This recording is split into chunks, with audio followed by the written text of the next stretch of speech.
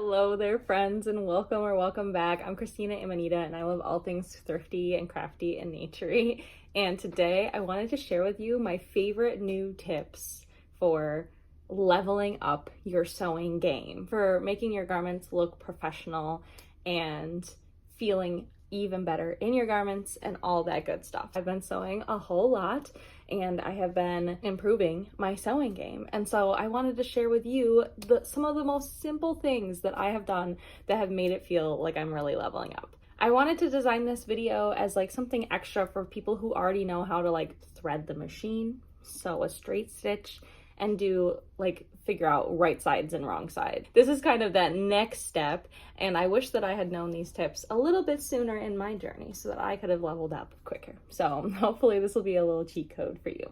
Let's dive right in. So tip number one, and maybe you've heard this one before, is all about pressing. So I'd like to use this as an umbrella tip because just pressing is a great thing to do. If you don't already know, I didn't know it quite as much for my first few projects, but the more you press, the better and more professional your items will look. Pressing before you start, pressing at every single step, pressing at the end, it's all about the pressing. So that's my big tip, is just to make sure you do all the pressing. Don't skip that crap. Within this tip, I also wanted to include the main thing about pressing that has helped things like kind of move quicker as well, is that if you do it right and you do it well, certain things you don't even have to pin if you press well, or you only need like a couple pins along the way. So in taking the time to do this extra step, you can also take away the time of having to pin a bunch of stuff. So there's a lot of times when I use my press really well and then I don't pin at all, or I just use a couple of pins. So don't skip the pressing. Tip number one.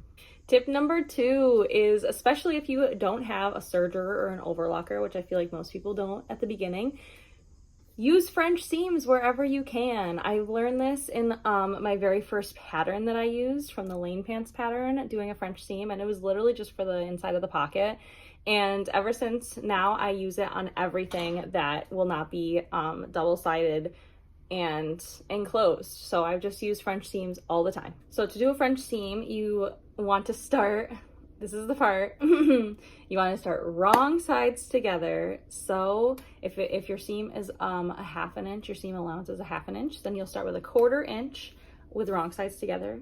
Trim that thing down if you can, trim it really good, not too good, and then flip it.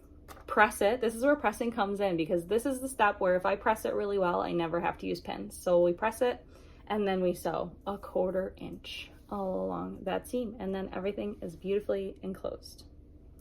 One small thing to note about French seams is that they are harder to undo and change if you need to go back. So you make sure that it's how you want it, because it is kind of a pain to undo. That's my one note on that, but worth it.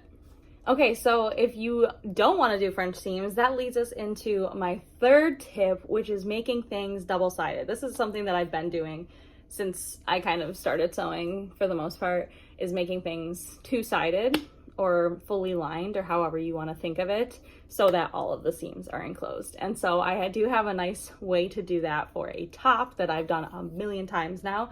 I'm gonna do it for vests and any top that has like a strap that you can pull through. So for that, you cut out your outside piece and your inside piece, or your fabric A, fabric B, you cut two exactly the same. Then you want to sew at the shoulders. So you want to sew the fabric A to fabric B at the shoulders and fabric B to fabric B at the shoulders. So separate, they're separate two entities right now. We sew the shoulders, right sides together, of course. And then we lay right sides together on top of each other, and this is where we attach the two pieces. So then we'll attach in all like the curvy spots, so the armholes and the neck area and down the front panel, but not the bottom. So what we're leaving is the bottom and the side seams. So don't do those yet.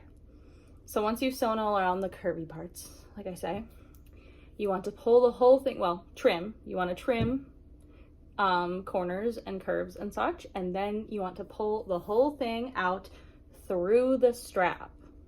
So this can be tedious depending on how thick your strap is, but pull the whole dang thing out that strap. And then we have to tackle the sides and the bottom. So next is the sides. So this part is kind of a mind game for me. So at the sides, we will take one layer and attach right sides together, and then in one long line, take the other layer to the other side and attach right sides together. So it should be one long line of stitch for this whole thing. Again, this is just funky, so just watch me do it a couple times here. So we'll do that to both sides and flip back out. Maybe pressing at these steps if possible, and also don't forget to trim spots that need to be trimmed, like corners and curves. And then last is to do the bottom. So turn everything inside of the bottom like it's a sack. Sew the bottom, leave a hole, always leave a hole, 2 to 3 inches probably, and then turn the whole thing back out that hole. And then all you have to do is finish that bottom. So if you're going to do a stitch, edge stitch all the way around the top anyway, then this is the time to do that, and you can just seal it with that. If you're not doing that, if it's a different look, a cleaner, different look, I don't know, maybe you can ladder stitch that hole closed so that it's kind of invisible. Definitely press again, and you have a double-sided, lined, reversible. I hope this was helpful. I wanted to walk it through because it is really important, and I always have to like go back to the video. Now that I've done it so many times, I don't, but I used to have to go back to the video a million times to watch it over and over again. So hope that that helped a little bit. Definitely worth it. I don't know how to do that same kind of thing on bottoms. So if you do, if you have a link to a video, send that in the comments. But highly recommend. I don't know that it works exactly the same in the bottoms, but highly recommend for tops to get all those seams clean and hidden. Okay, and that leads me to tip number 4, my very last tip, and that is using bias binding. And again, these are all kind of finishing things to make the finished garment look like it's a finished professional garment.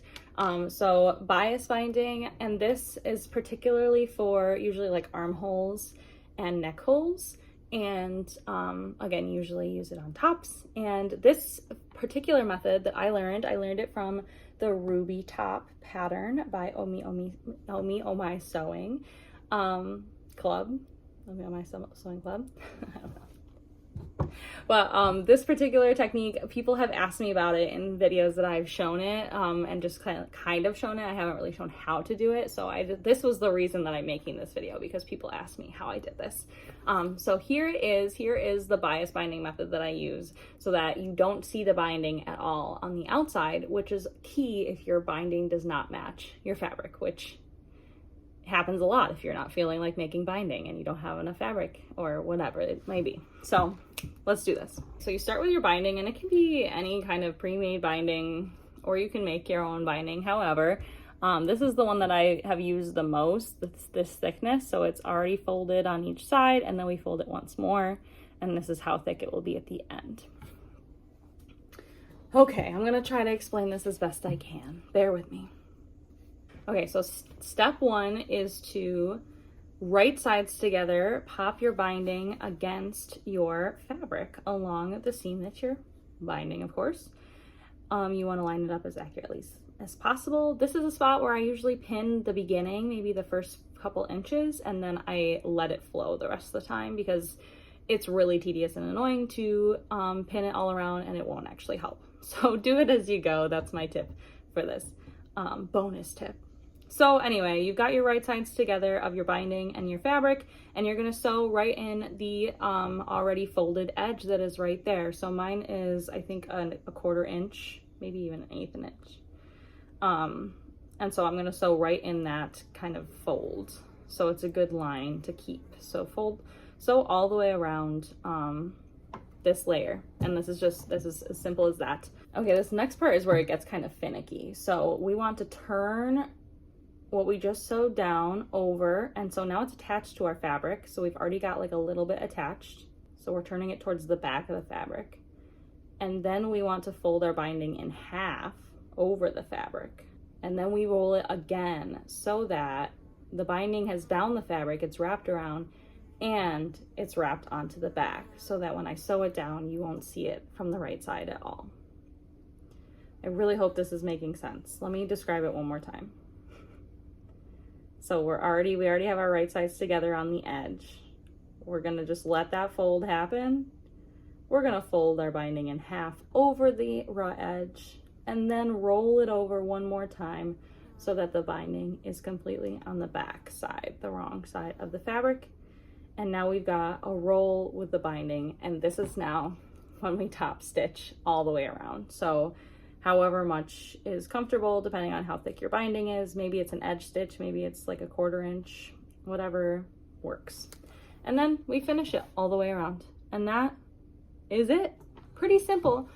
And it makes a good look, I do believe. And it looks, yeah, really clean.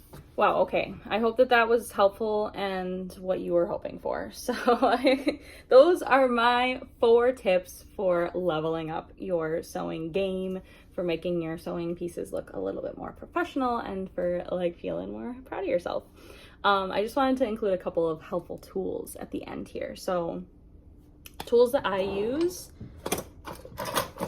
my trusty metal ruler. I love this thing. I use it all the time for measuring, but also for when I'm pressing. Pressing is an important step. For when I'm pressing, I pop it onto the fabric, fold the fabric over it, and I can just iron right over this bad boy. So it's really good for getting an accurate edge when you're pressing a hem or whatever. The next helpful items I have, which, like, I wouldn't say go out and buy them, but if like you can get your hands on them for cheap, or like I got mine from my grandma, if you have a grandma you can get some from, it can be worth it. If you don't have a serger, sometimes it's just really nice to pink some edges, depending on what you're doing. And also it's good for like around curves. Instead of having to do all like the clips, you can just whoosh around the curve and you're rocking. And then my last main tool that you should have is different sized safety pins. They are so handy. There's so many uses. The main one is for turning out straps and for putting elastic into things, but they're just really good to have. And I like, sometimes if I know I'm going to be trying something on, I will put safety pins on instead of the regular pins to minimize my risk of being stabbed. Okay, y'all, those were my tips and my supplies for today. I hope that this was helpful for you. Let me know if any of these tips was super helpful and if you end up using it to level yourself up. And also let me know if you have any tips that would help me level up even more. You know, we need to crowdsource this. So thanks so much for being along with the journey. I hope to see you in the next one, and I hope you have a wonderful week. See you then. Bye.